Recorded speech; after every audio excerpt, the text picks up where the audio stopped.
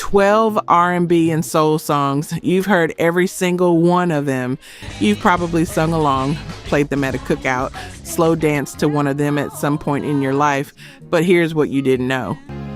We'll always love you. Every song on this list wasn't just written, it was lived. Some were written through grief so heavy the artist could barely breathe. Some were recorded while the artist was falling apart.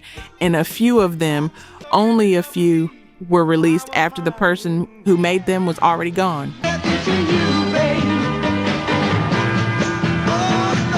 This isn't just a list of emotional songs. This is where the music came from. Let's start at number 12. Number 12, Nina Simone, Strange Fruit / Mississippi Goddamn, 1965. All in the air.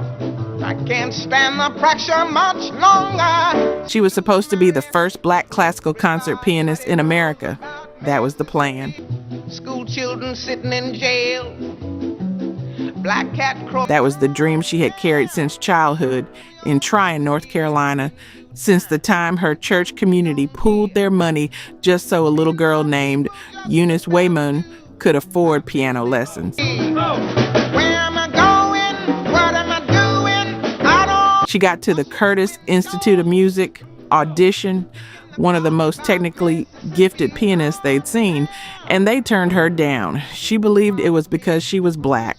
She said so years later, out loud. Trust nobody anymore. They keep on saying go slow. So Eunice Wayman became Nina Simone, playing smoky bars instead of Carnegie Hall, hiding the name from her mother who called secular music the devil's work. And for a while, that was life. Survival dressed up as a career. But here's where the story cracks open. That's just the trouble. On September 15th, 1963, a bomb went off inside the 16th Street Baptist Church in Birmingham, Alabama. 4 little black girls, Addie Mae Collins, 14, Cynthia Wesley, 14, Carol Robertson, 14, Carol Denise McNair, 11, gone. Too damn lazy. Too slow. I think it's crazy. Nina Simone sat down at her piano that night and felt something in her she said she'd never felt before. She called it murderous rage. She said she was on her way to get a gun. Her husband stopped her, but the music got out. Don't tell me, I'll tell you. She wrote Mississippi Goddamn in less than an hour. Every radio station in the South returned the promotional copies. Some of them snapped in half. She kept performing it anyway. And everybody knows about Mississippi Goddamn. She sang Strange Fruit, a song about lynching that Billie Holiday had first recorded in 1939. And she didn't just sing it, she attacked it. One French critic wrote that exact word, attack. Knows about Mississippi Goddamn. The industry punished her for her politics, blacklisted her. She eventually left America entirely, exiled herself to Liberia, then Barbados, then Switzerland. Do things gradually will bring more tragedy. And if you've ever loved something, a country, a dream, a place you thought was home, and watched it turn its back on you, you already know what that kind of leaving costs. You lied to me all these years. She came back to music eventually, but she never fully came back to America. The woman who was supposed to be a classical pianist spent her life singing songs about why Black lives mattered, and they banned her for it. Why don't you see it? Why don't you feel it? Number 11, Patti LaBelle, You Are My Friend, 1978. But I see your tears. Nobody was supposed to hear this.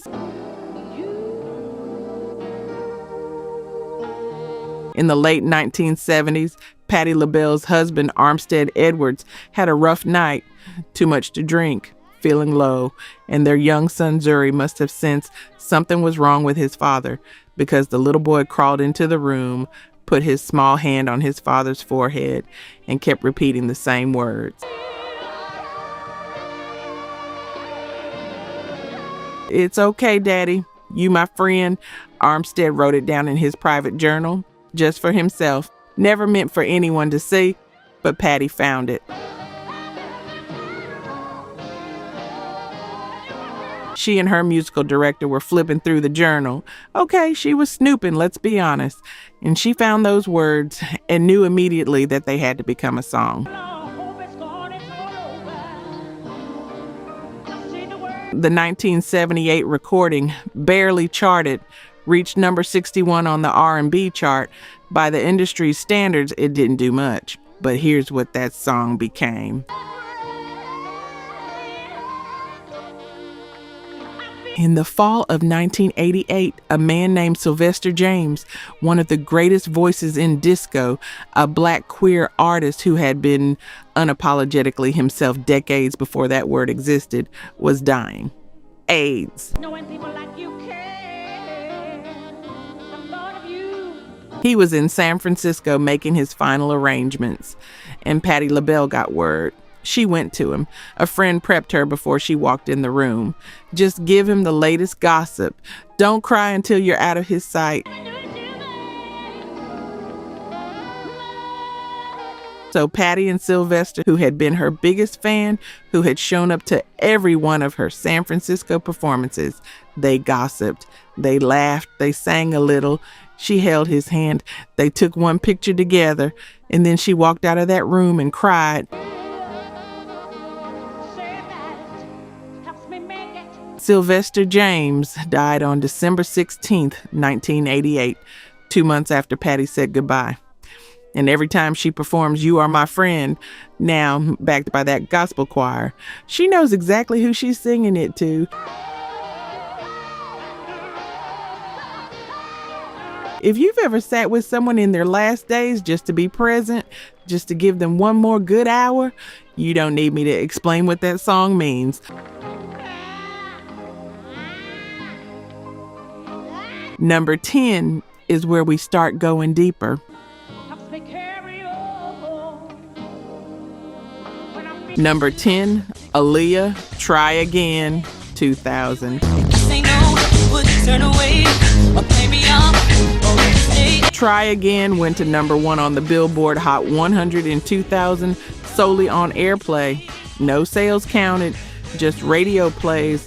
Aaliyah became the first artist in Billboard history to hit number 1 that way.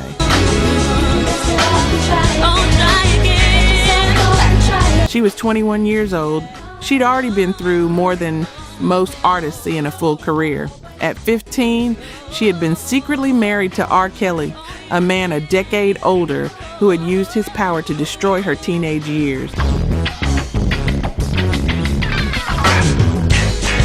Her parents found out and had it annulled, and then the industry blamed her, portrayed her as a seductress, not a victim. But she kept going. She rebuilt. She made One in a Million with Timbaland and Missy Elliott.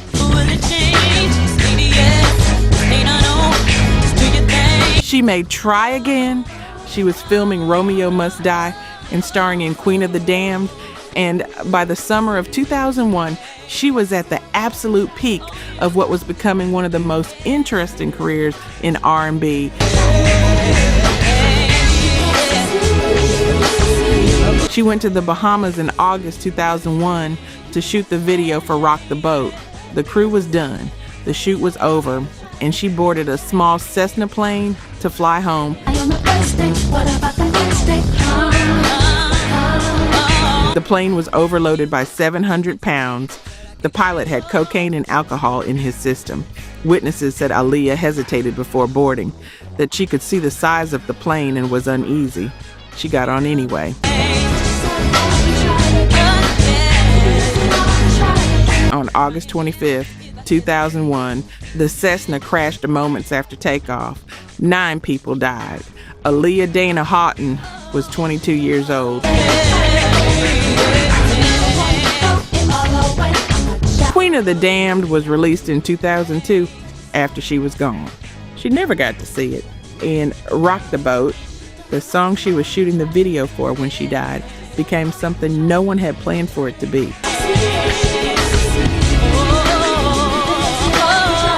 A farewell, the last image she ever recorded of herself, if you think about what she would have become with another 20 years. I'll let you sit with that. Number 9, Roberta Flack, Killing Me Softly with His Song, 1973.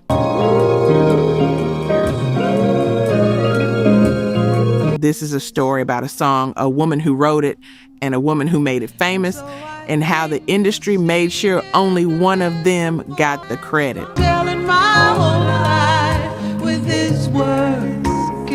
In November 1971, a young singer named Lori Lieberman was persuaded by a friend to go see Don McLean perform at the Troubadour in Los Angeles. He would finish, but he just kept right on. McLean sang Empty Chairs, a quiet, devastating song, and Lieberman said she felt like he was reading her diary out loud. She scribbled down notes on a napkin right there at the show. From those notes, she crafted the bones of what became Killing Me Softly with His Song. She brought the idea to songwriter Norman Gimbel, who fleshed it out with composer Charles Fox. The song was recorded for her 1972 debut album. She never received a songwriting credit. Gimbel and Fox took it. And then he looked right through me as if her version barely charted. And then Roberta Flack heard Lieberman's recording on a flight from Los Angeles to New York. She listened to it 10 times on that flight. 10 times. She took out a notepad and wrote down the melody and lyrics from memory.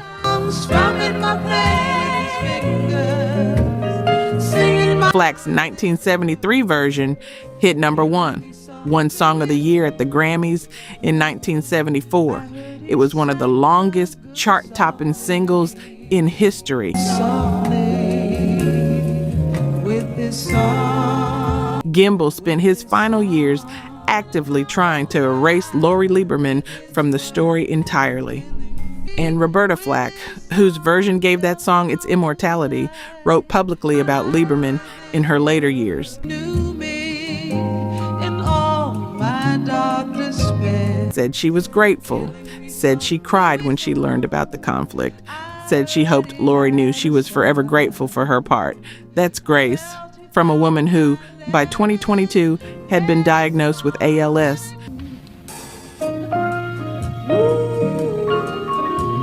The disease that silenced the voice that made one of the most beautiful songs in R&B history. Some people say it was Lieberman's song.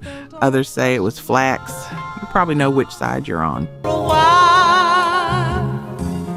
And there he was. Number 8, Whitney Houston, I Will Always Love You, 1992. Let's start with where this song actually came from, because most people get this wrong. Darling, I love you. Dolly Parton wrote I Will Always Love You in 1973. It was not a romantic song. It was a professional breakup song. She wrote it for Porter Wagoner, her mentor, her duet partner, the man who had launched her career and didn't want to let her go. Yes, I will. Oh, yes, I will. She'd agreed to be on his TV show for 5 years. The 5 years were up. She was ready to stand on her own, and he couldn't accept it.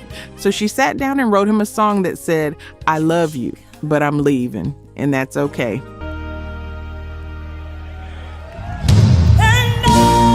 It hit number 1 on the country chart in 1974.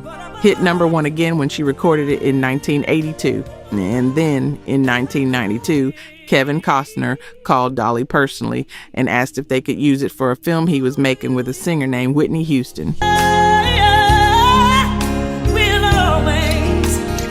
Dolly said yes. She didn't hear Whitney's version until it was already on the radio. And when she heard it, she wept. Whitney Houston's version spent 14 weeks at number 1.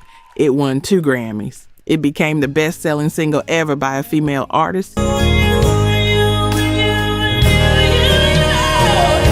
20 million copies worldwide. A song that began as a quiet goodbye between 2 country professionals became the defining power ballad of a generation. But here's what gets me about this.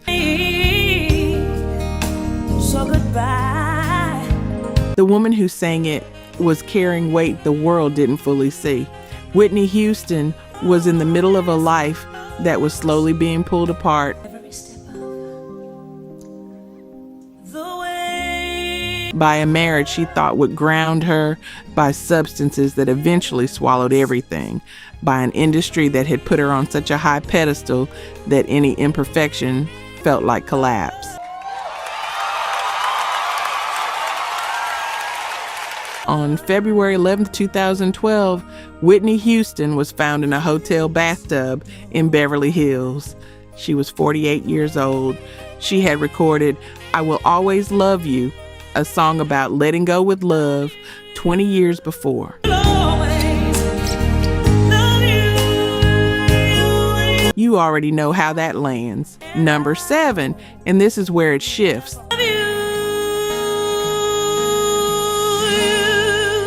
Number 7, Mary J. Blige, "My Life," 1994. When you're feeling down, you should She said it herself years later. "I was depressed. I was ready to die." let all the negative energy. It will all Mary J. Blige was 23 years old when she recorded "My Life" in 1994. She was in an abusive relationship with K.T. Haley of Jodeci, a relationship she described as Ike and Tina of the 90s on the low. Private hell. be all struggling. I know we She was dealing with substance abuse, alcohol, cocaine. She grew up in the Schlobohm housing projects in Yonkers, New York, and she had seen and absorbed things that no child should absorb. if you let them lie. And she walked into the studio and poured all of it onto tape. Her producer, Chucky Thompson, later said there were times she would nail a take, the dopest take in the world, and she'd be crying while doing it. Life can be only what you make. She'd go back out and live with whatever she was living with, and then come back in and do it again. "My Life" sampled Roy Ayers' "Everybody Loves the Sunshine," a song about warmth. Mary put her darkness over it and somehow made something that felt like both at the same time. Never fake it. Say what song you That's what the album became. Not just pain, but the proof that you could carry pain and still keep moving. It connected with people on a level that had nothing to do with chart positions. turn out fine. Oh, I know. If you were going through it in 1994, bad relationship, bad circumstances, fighting yourself harder than you were fighting anything outside of you, that album wasn't just music. It was company. It was the one voice that told you your suffering was real and it was seen. See what I see. Mary said later that she wasn't sure the weight ever lifted during the making of that album. She thinks it finally lifted when she got the divorce, years later. But the album lives, and so did she. Find and you'll find in time. Number 6, Marvin Gaye, "What's Going On" / "Mercy Mercy Me," 1971. Motown told him not to release it. Berry Gordy himself said the album was uncommercial, that it was too serious, too political, that nobody wanted that from Marvin Gaye. And here's what Marvin Gaye was carrying when he made "What's Going On." His duet partner and closest female collaborator, Tammy Terrell, had collapsed in his arms on stage in Virginia in 1967 during a performance. Brain tumor. She died on March 16, 1970, at 24 years old. Marvin was inconsolable, refused to tour for years, fell into depression, said he didn't want to perform anymore. And then his younger brother Frankie came home from Vietnam, and Marvin listened to what his brother saw over there, what the soldiers were coming back to. And he turned on the TV and saw everything happening in America. The cities burning, the poverty, the young men dying in a war nobody believed in. He made What's Going On out of all of it. A concept album, the first of its kind in soul music. The title track, Mercy, Mercy Me, Inner City Blues, Make Me Wanna Holler. Motown released it against their own instincts. It went to number 6 on the pop chart, spent 9 weeks at number 1 on the R&B chart. Rolling Stone named it the greatest album of all time, but here's the part that breaks you when you sit with it long enough. Marvin Gaye made an album about what was happening to the world around him, about violence, grief, injustice, the loss of someone he loved. He poured everything into it. On April 1st, 1984, the day before his 45th birthday, his own father shot him dead. The man who asked what's going on never got to see the answer. Number 5, Marvin Gaye, Here My Dear, 1978. I need you to understand how strange this situation was. Marvin Gaye was going through a brutal divorce from Anna Gordy Gaye. Anna was not just his wife.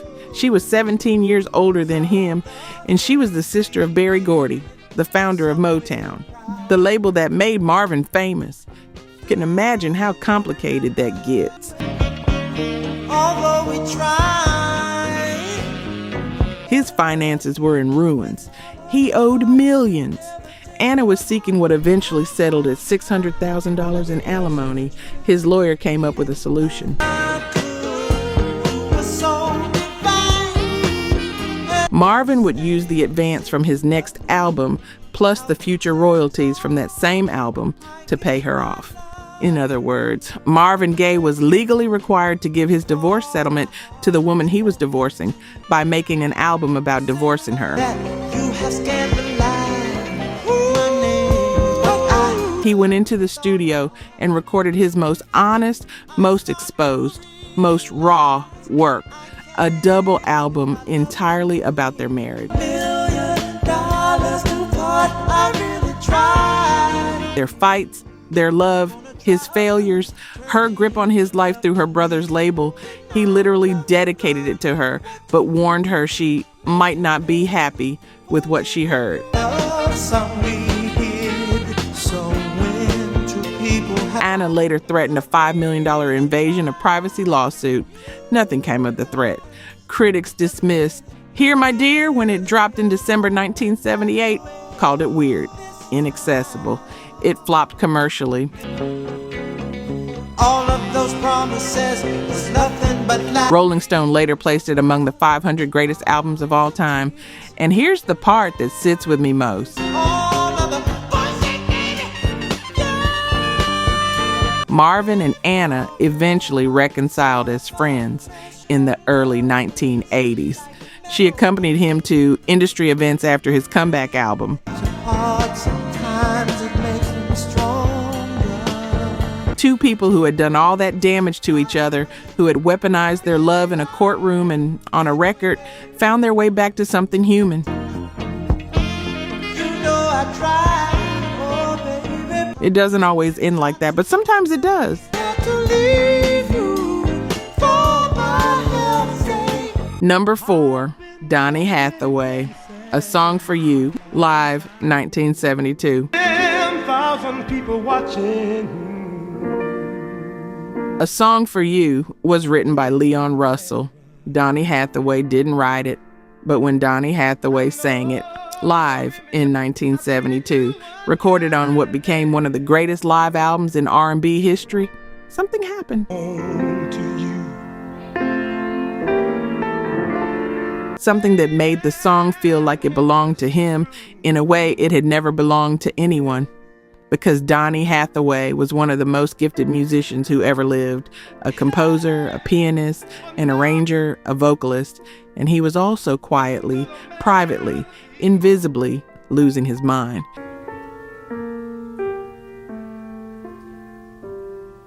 was diagnosed with paranoid schizophrenia in his early 30s. He heard voices. He had delusions. His wife, Aaliyah, said he gradually became less careful about taking his medication. I've sung a lot of songs. The system around him, the music industry, the culture at large, didn't know how to hold a black man having a mental health crisis, so it mostly just watched. In January 1979, Donny was in a recording session with Roberta Flack. They had been collaborating beautifully for years. When he became paranoid and delusional, the session stopped. He was sent back to his hotel room at the Essex House in New York. He never came back out. He fell from the 15th floor window on January 13th, 1979. He was 33 years old. His friend and collaborator, songwriter Edward Howard, had written a song for Donny years earlier called "Someday We'll All Be Free." He said he wrote it specifically for Hathaway because Donny was a very troubled person, and he hoped the song would be encouraging for him. We're alone now, and I'm singing this song. Over time, that song became a civil rights anthem. People assumed it was about racial freedom, but it was written for one man who was suffering, one man who just needed to be released from what was tearing him apart. If you've ever watched someone brilliant, someone you loved, struggle with something invisible, something that no one around them could fully reach, you know what Donny Hathaway's story feels like. You've lived it. We're alone now. The man sang about love and surrender and showing you everything he had, and he gave everything he had.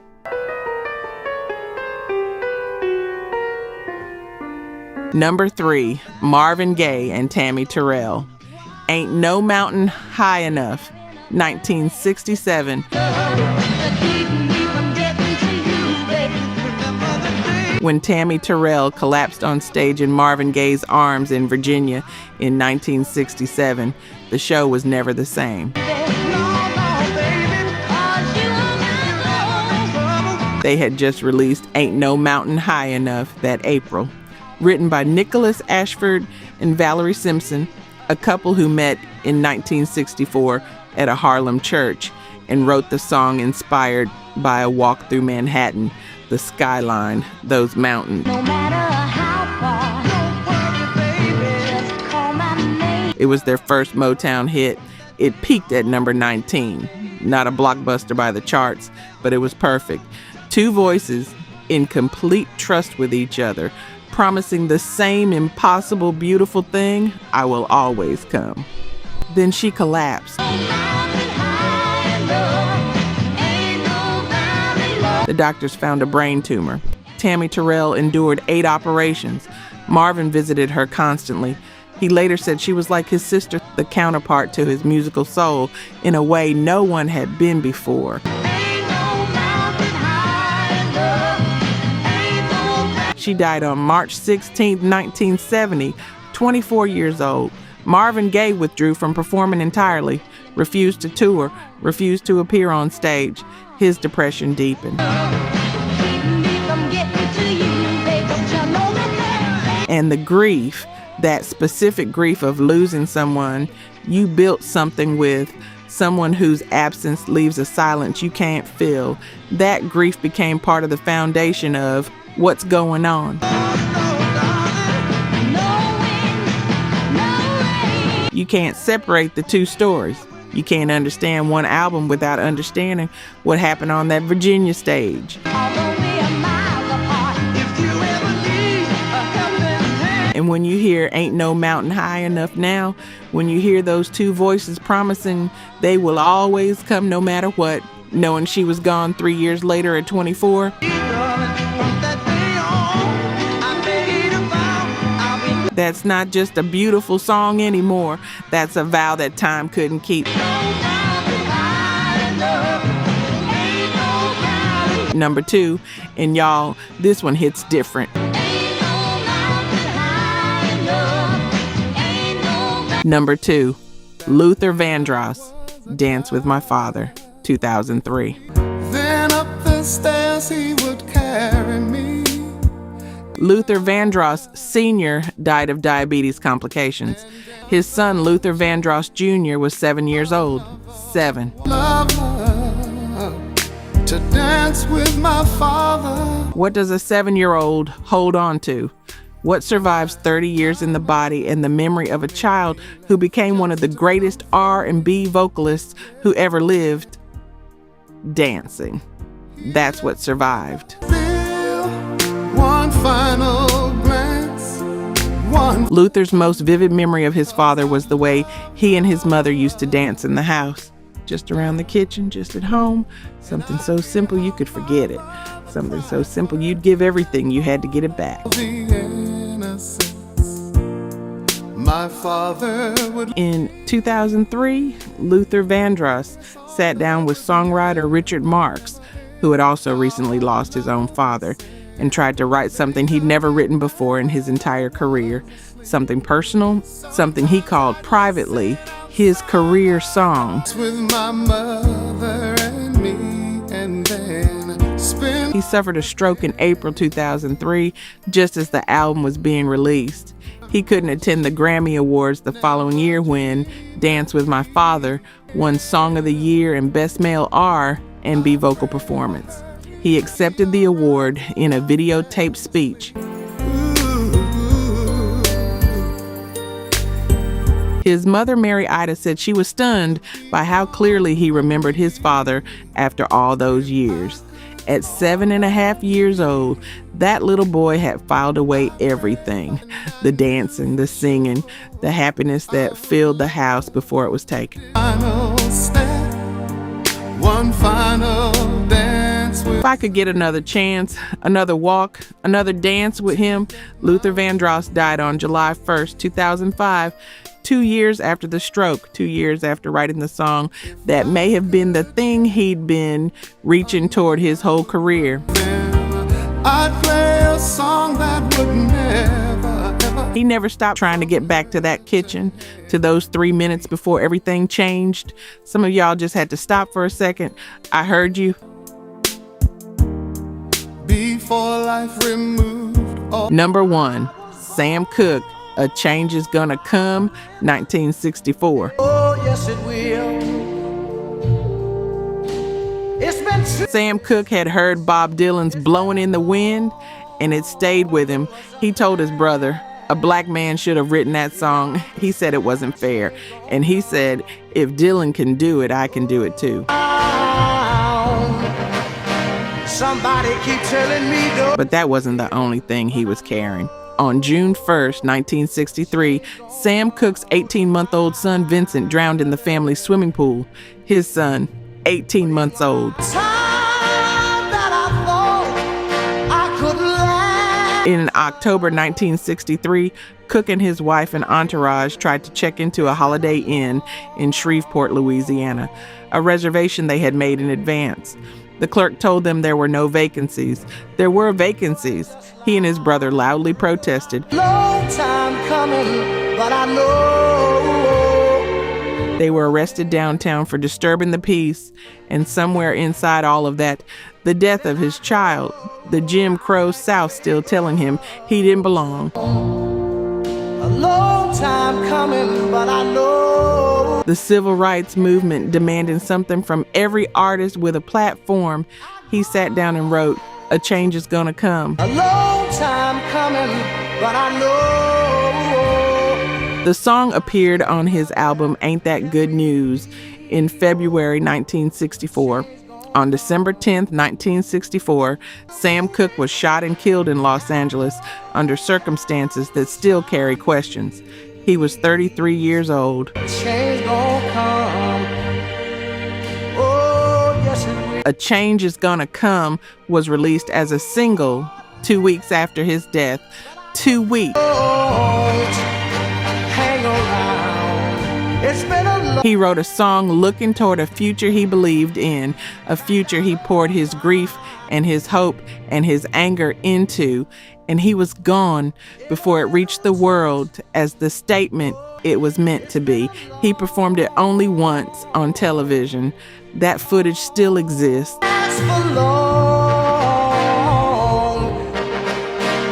That's a different kind of prophecy. When the person who wrote, "I was born by the river, and just like the river, I've been running ever since," when that person is gone before the river even catches up to the shoreline, they were pointing toward. A change gonna come. He wrote about a change that was coming. He sang it like he believed it. And the change, slow as it came, incomplete as it still is, carried his name forward through every year since. You don't need me to tell you that song still applies. You already know.